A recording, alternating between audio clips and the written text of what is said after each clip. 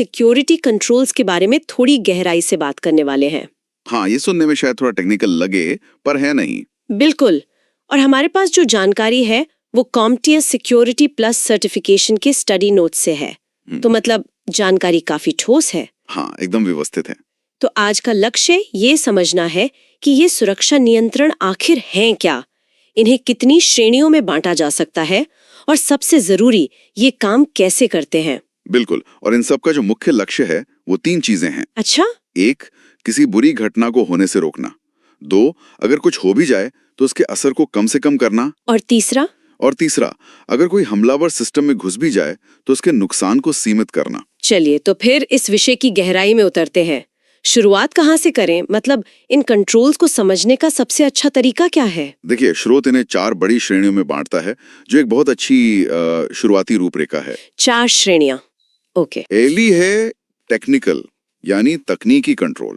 तकनीकी मतलब हार्डवेयर या सॉफ्टवेयर से जुड़ी चीजें? एकदम सही। ये हार्डवेयर या सॉफ्टवेयर का इस्तेमाल करके लागू किए जाते हैं, जैसे कि ऑपरेटिंग सिस्टम की पॉलिसीज हो गई। या फिर फायरवॉल? बिल्कुल, फायरवॉल, एंटीवायरस सॉफ्टवेयर, ये सब इसमें आते हैं। ठीक है, तो पहली श्रेणी हुई तकनीकी। दूसरी क्या है? दूसरी है मैनेजरियल, यानी प्रबंधकीय कंट्रोल। प्रबंधकीय? ये असल में नीतियां और प्रक्रियाएं हैं। ये कागज पर लिखे नियम हैं जो बताते हैं कि काम सही तरीके से कैसे किया जाना चाहिए। कोई उदाहरण? जैसे कंपनी की एक ऑफिशियल सिक्योरिटी पॉलिसी बनाना, या फिर स्टैंडर्ड ऑपरेटिंग प्रोसीजर, जिन्हें SOPs भी कहते हैं, वो तैयार करना। समझ गई।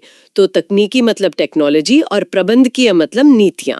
इसके बाद आते हैं ऑपरेशनल, यानी परिचालन कंट्रोल। ऑपरेशनल? हाँ, ये वो नियंत्रण है जिन्हें लोग लागू करते हैं या मैनेज करते हैं। हाँ, यहाँ पर इंसानों का रोल सबसे ज्यादा होता है। जैसे कि सिक्योरिटी गार्ड रखना? बिल्कुल, या फिर हर महीने सुरक्षा पर ट्रेनिंग देना, या सुरक्षा जागरूकता कार्यक्रम चलाना, ये सब ऑपरेशनल कंट्रोल्स हैं।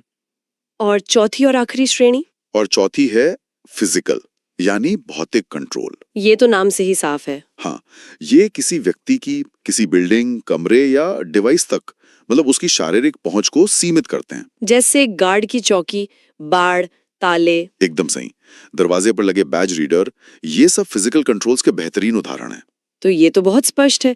तकनीकी मतलब टेक्नोलॉजी, प्रबंधकीय मतलब नीतियां, परिचालन मतलब लोग, और भौतिक मतलब असली दुनिया की चीजें। हाँ, ये एक अच्छा तरीका है इसे याद रखने का। लेकिन बात यहीं खत्म नहीं होती है ना? मुझे लगता है यहाँ से चीजें और भी दिलचस्प होने वाली हैं। सही कहा।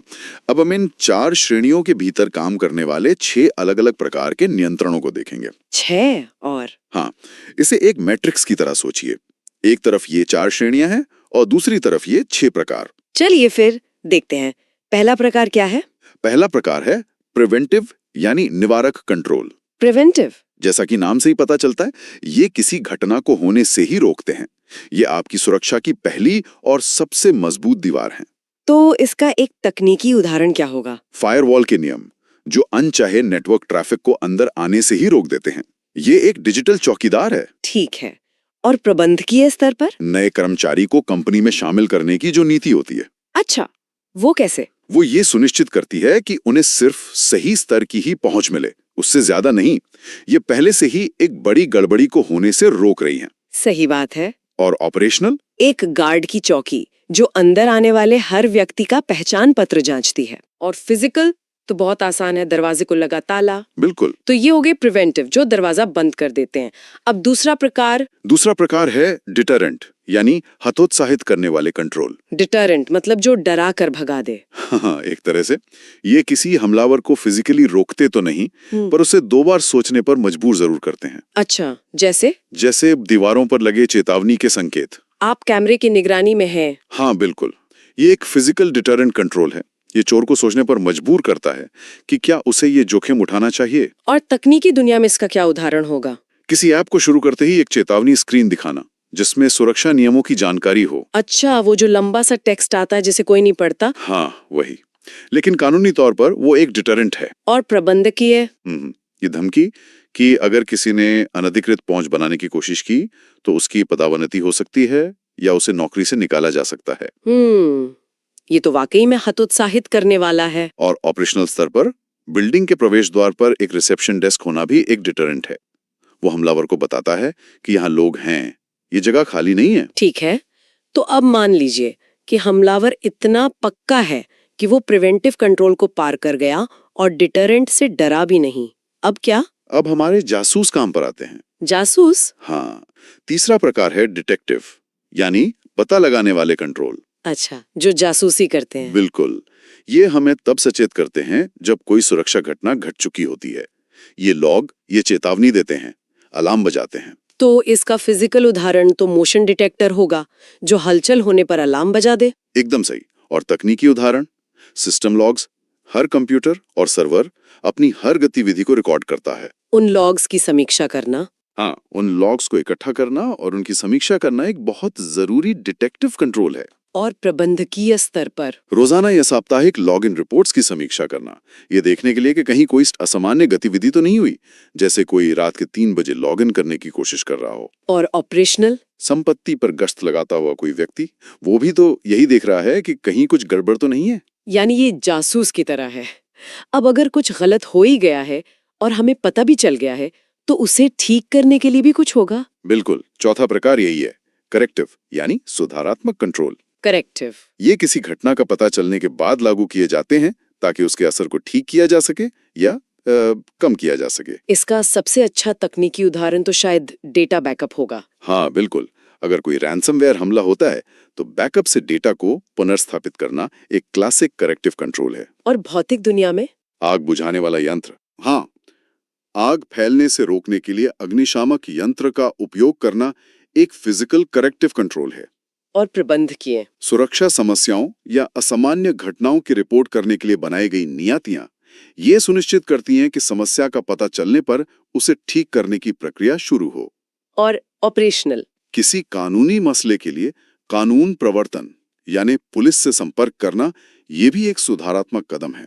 ठीक है, 4 हो गए। अब 5वां प्रकार है कॉम्पेंसेटिंग। ये दिलचस्प लगता है। कॉम्पेंसेटिंग मतलब प्रतिपूरक। हाँ, ये तब काम आते हैं जब हमारे मुख्य नियंत्रण उपलब्ध नहीं होते या कह सकते हैं कि काफी नहीं होते। मतलब ये एक तरह के बैकअप प्लान्स हैं। आप इन्हें बैकअप प्लान या अस्थायी समाधान कह सकती हैं। अच्छा, तो ये एक तरह का जुगाड़ है। जब असली समाधान मौजूद ना हो तो काम चलाने का एक स्मार्ट तरीका। हाँ, आप इसे स्मार्ट जुगाड़ कह सकती हैं। इसका एक बहुत अच्छा तकनीकी उदाहरण है। बताइए। मान लीजिए किसी सॉफ्टवेयर में एक नई सुरक्षा खामी का पता चला है, जिसे 0 डे वल्नरेबिलिटी कहते हैं। और कंपनी ने अभी तक उसका पैच जारी नहीं किया है। सही। तो हम हाथ पर हाथ धरे तो नहीं बैठ सकते। तो हम क्या करेंगे, हम अपने फायरवॉल में एक ऐसा नियम सेट कर देंगे जो उस खामी का फायदा उठाने वाले खास तरह के ट्रैफिक को अस्थायी रूप से रोक दे, जब तक कि स्थायी पैच ना आ जाए। बिल्कुल, ये एक कॉम्पेंसेटिंग कंट्रोल है। ये तो बहुत ही प्रैक्टिकल है। प्रबंधकीय स्तर पर इसका क्या उदाहरण हो सकता है? प्रबंधकीय स्तर पर सेपरेशन ऑफ ड्यूटीज यानी कर्तव्यों का बंटवारा एक बेहतरीन उदाहरण है। मतलब अगर एक ही व्यक्ति के पास पैसे ट्रांसफर करने और उसका हिसाब रखने दोनों का अधिकार हो तो ये खतरनाक है। हाँ, धोखाधड़ी हो सकती है। तो हम ये नियम बना सकते हैं कि एक व्यक्ति पैसे ट्रांसफर करने का अनुरोध करेगा और दूसरा मैनेजर उसे मंजूरी देगा। यहाँ दूसरा मैनेजर पहले व्यक्ति पर पूर्ण भरोसे वाले कंट्रोल की कमी की भरपाई कर रहा है। और फिजिकल उदाहरण जैसा कि स्रोत में लिखा है, मुख्य बिजली चले जाने पर पावर जनरेटर का उपयोग करना। हाँ, वो भी प्राइमरी पावर सोर्स की कमी को कॉम्पेंसेट कर रहा है। बहुत खूब।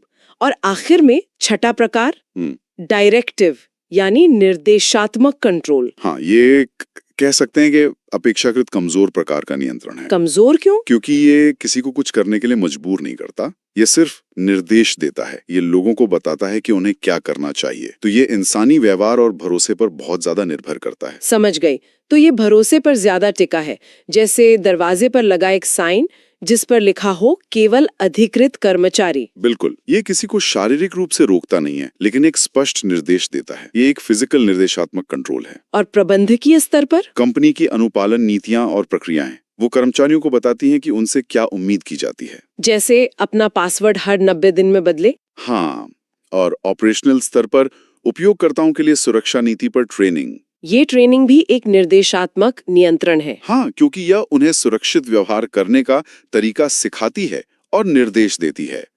सिस्टम उन्हें मजबूर नहीं कर रहा, बस सही रास्ता दिखा रहा है। एक बात जो मुझे अब समझ आ रही है वो ये है कि ये सभी प्रकार और श्रेणियां ये अलग-अलग नहीं है।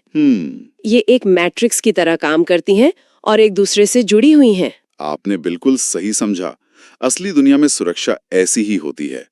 कोई भी एक कंट्रोल अकेला काफी नहीं होता। उनकी असली ताकत एक दूसरे के साथ मिलकर काम करने में है। बिल्कुल। एक ही नियंत्रण कई बार एक से ज्यादा श्रेणियों में फिट हो सकता है। जैसा स्रोत में भी बताया गया है, ये श्रेणियां और प्रकार बहुत लचीले हैं। तो आज की इस बातचीत में हमने सिक्योरिटी कंट्रोल्स की 4 मुख्य श्रेणियां टेक्निकल, मैनेजरियल, ऑपरेशनल और फिजिकल को समझा। साथ ही हमने 6 अलग-अलग प्रकारों को भी देखा कि वो कैसे काम करते हैं, रोकने से लेकर डराने, पता लगाने, ठीक करने, कमी पूरी करने और आखिर में निर्देश देने तक। हाँ, और ये भी जाना कि कैसे भी एक दूसरे के साथ मिलकर काम करते हैं। ये सिर्फ परीक्षा की तैयारी के लिए नहीं, बल्कि डिजिटल और भौतिक दुनिया में सुरक्षा के बारे में सोचने का एक बहुत ही मजबूत ढांचा है। सही कहा। ये हमें सिखाता है कि सुरक्षा सिर्फ एक पासवर्ड या एक ताला नहीं है, बल्कि ये परतों में काम करने वाली एक सोची समझी रणनीति है। बिल्कुल। और इस चर्चा को खत्म करने के लिए एक सवाल छोड़ जाते हैं। जरूर। हमने देखा कि ये सभी नियंत्रण सिस्टम नीतियों और प्रक्रियाओं पर ध्यान केंद्रित करते हैं, लेकिन ये सोचने वाली बात है कि किसी भी सुरक्षा प्रणाली में इन सभी ढांचों के भीतर वो कौन सी एक कड़ी है जो सबसे महत्वपूर्ण भी है और शायद सबसे कमजोर भी। क्या वो तकनीक है, पॉलिसी है या कुछ और?